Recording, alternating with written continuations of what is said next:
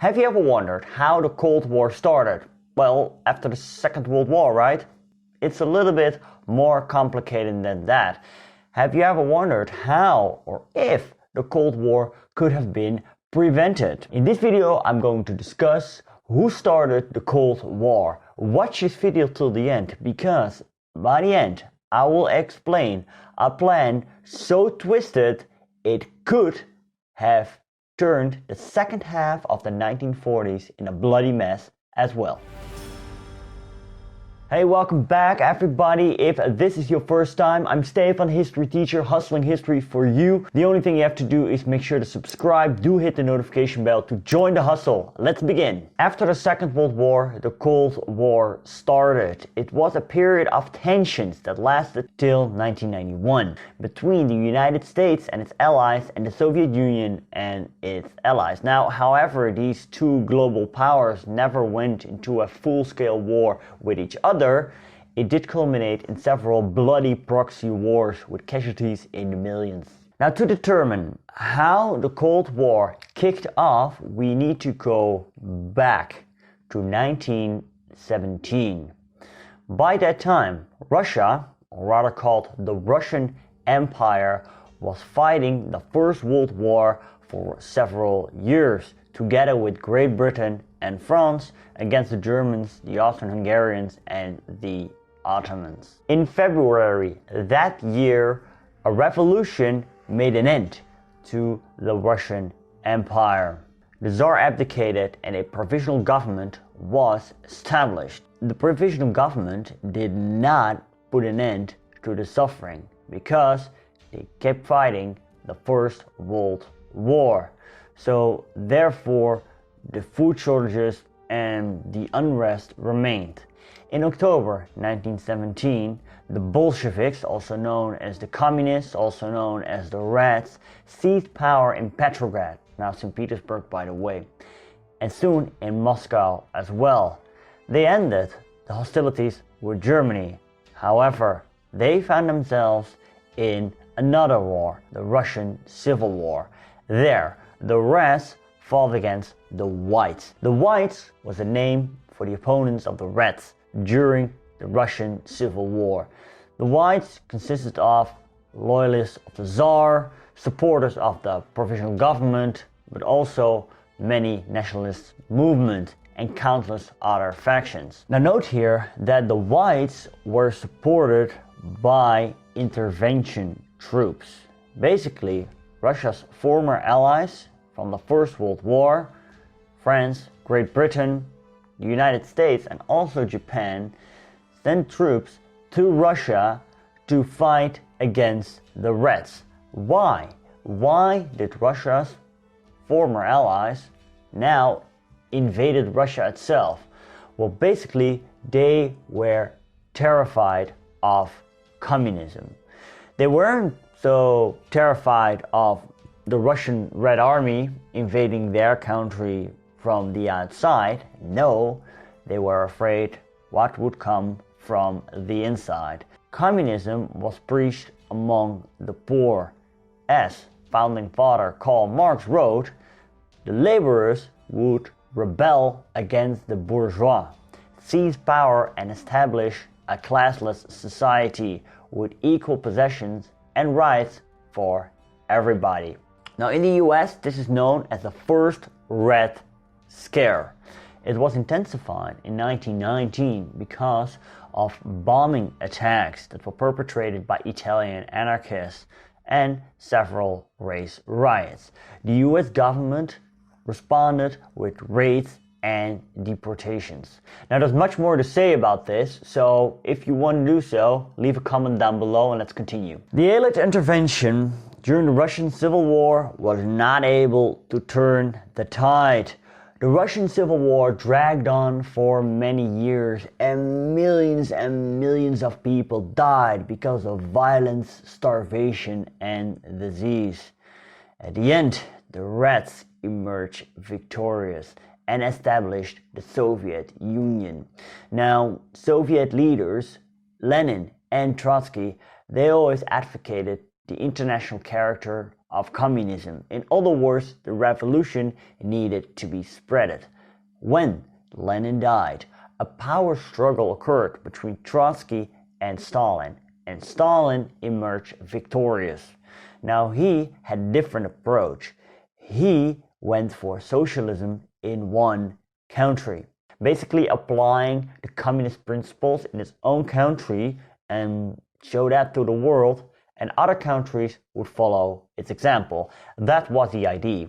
Now, Stalin's principles were drastic and claimed millions of lives. The infamous collectivization campaign created famines that claimed the lives of millions. Also, because of Stalin's paranoia, millions and millions of people were deported or executed.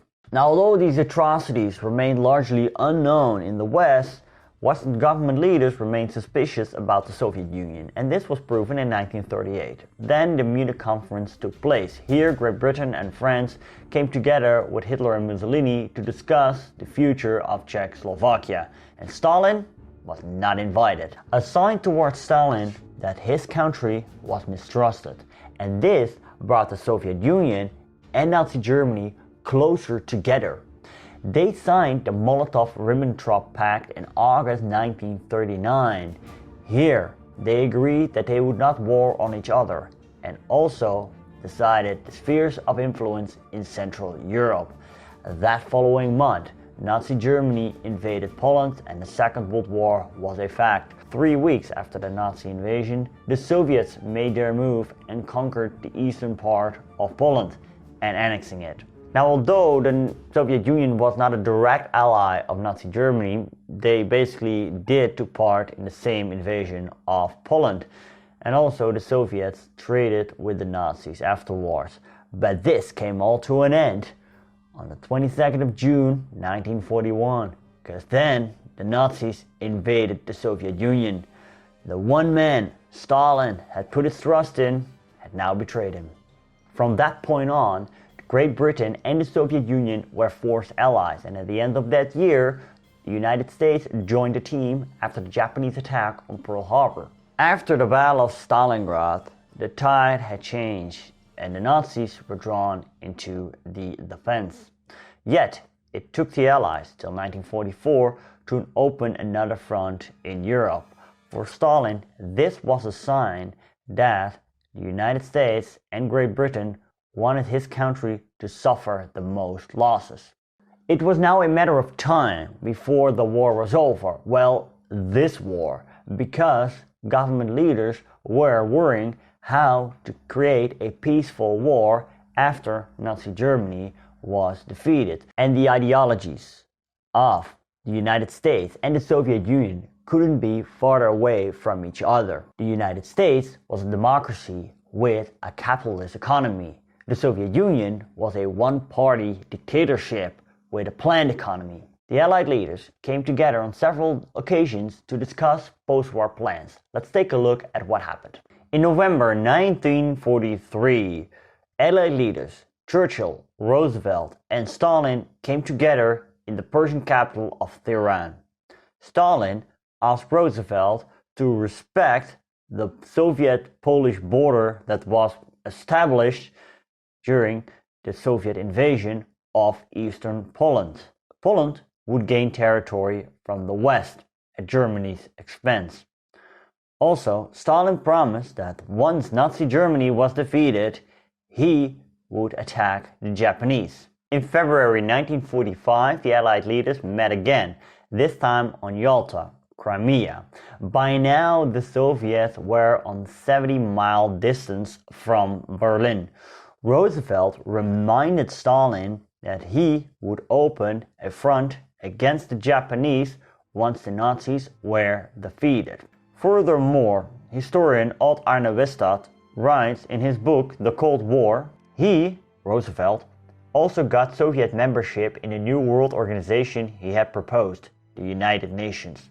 Churchill, on his side, got the creation of a French occupational zone in post-war Germany. Although the Soviets and the Americans had opposed it, before the conference. The British wanted it because they sought to restore French position as a great power in order to fortify against post-war Soviet control in Europe after the US withdrawal. Now here we clearly see how Churchill anticipated on future Soviet aggression. And Poland was basically handed over to them, because by now the Soviets occupied Poland. A declaration of a liberated Europe was signed, and this declaration secured democratic elections in each European country after the war was over. But these plans were not carried out by the Soviets. As historian Wiedstad puts it, the point was not so much that Stalin could not be trusted, the point was that the Soviet regime could not have introduced democratic elections in Eastern Europe even if it had wanted to. It was not of that kind. Now do note here that the Soviet Union was devastated after the war. The damage of the US and Great Britain combined did not even came close to the damage the Soviets suffered because of the war. And Stalin, even more than Churchill and Roosevelt, longed for peace, if only to recover. After the war was over, the three heads of state met again. In July 1945, they met at Potsdam outside Berlin to discuss post-war plans. I'm talking about Churchill, Stalin, and Truman. Roosevelt had passed away in April that year and was now replaced by Truman. Also, during the conference, Churchill was replaced by Clement Attlee because the British Labour Party emerged victorious in the elections. Now note here that Truman was a fervent anti-communist and Clement Attlee belonged to the right wing of the Labour Party, and this made Stalin suspicious from the get-go. Truman's attitude attributed to that. He lacked foreign diplomacy and was very blunt towards Stalin.